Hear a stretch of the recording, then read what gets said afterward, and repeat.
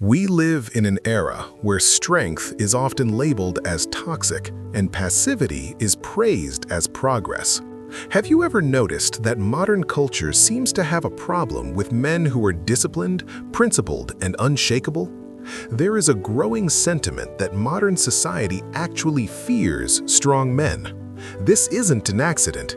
We are witnessing a systemic effort to keep men in a state of perpetual adolescence, soft, distracted, and easily led. But if you feel a stirring in your soul for something more, it's because you weren't created for comfort. You were created for purpose, leadership, and spiritual authority. Today, we are uncovering the truth about why the world wants you weak and the definitive biblical cure to reclaim your manhood. Why does culture want men weak? Because a weak man is a controlled man. The Bible actually predicted this cultural shift. In the book of 2 Timothy, it describes the last days by saying people will become lovers of self. Think about it. Modern culture is obsessed with self-gratification. It tells you to follow your heart and prioritize your happiness above all else.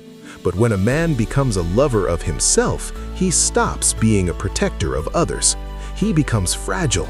He loses his edge because he is enslaved to his own whims. This is one of the clearest signs of the end times, as described in Matthew 24. When men lose their sense of duty to God and family, the very foundations of society begin to crumble. The culture wants you focused on yourself so that you are too distracted to notice the spiritual warfare happening around you. To keep men weak, the world uses silent weapons, specifically dopamine hijacks. We see this most clearly in the epidemic of pornography and aimless digital consumption. When a man falls into the trap of these silent sins, it destroys his motivation and his drive to build something meaningful. Culture rewards this passivity. It provides endless entertainment and instant gratification to keep you in a dopamine loop. Why? Because a man who can't control his own impulses can never lead a movement, a church, or a home. This is the same spirit of corruption we see in the fall of Lucifer, the first sin that corrupted creation. It's an appeal to pride and the flesh. These habits aren't just personal choices, they are chains that prevent you from stepping into godly leadership.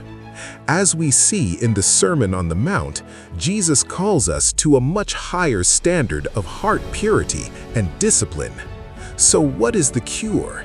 How do we break the mold of the weak man that culture has designed for us? It starts with a return to biblical masculinity. Number 1. Seek divine wisdom. The world offers opinions. God offers truth. There are proverbs that can literally change your life by teaching you how to navigate wealth, relationships, and work with a sharp mind. Wisdom is the armor that protects you from cultural deception. Number 2. Embrace discipline as worship. Strength isn't just about the physical, it's about the spirit. You must apply biblical wisdom through discipline and purpose. This means rejecting the 7 deadly sins that culture now calls lifestyle choices, and instead choosing the narrow path of the Sermon on the Mount. Number 3. Become a watchman. A strong man is a vigilant man. In a world of global conflict and unfolding prophecy, you cannot afford to be asleep. You must be aware of the infrastructure being built around you and ensure your faith in God is your primary anchor. The culture wants you soft, but God is calling you to be strong. The world wants you distracted, but God is calling you to be sober-minded. We are living in a time where biblical prophecy is unfolding right now. The question isn't whether the world will try to weaken you. It will. The question is, would you be ready if Jesus returned today? It's time to stop being a lover of self and start being a man of the Word. It's time to reclaim your godly leadership and live with the discipline and purpose you were designed for.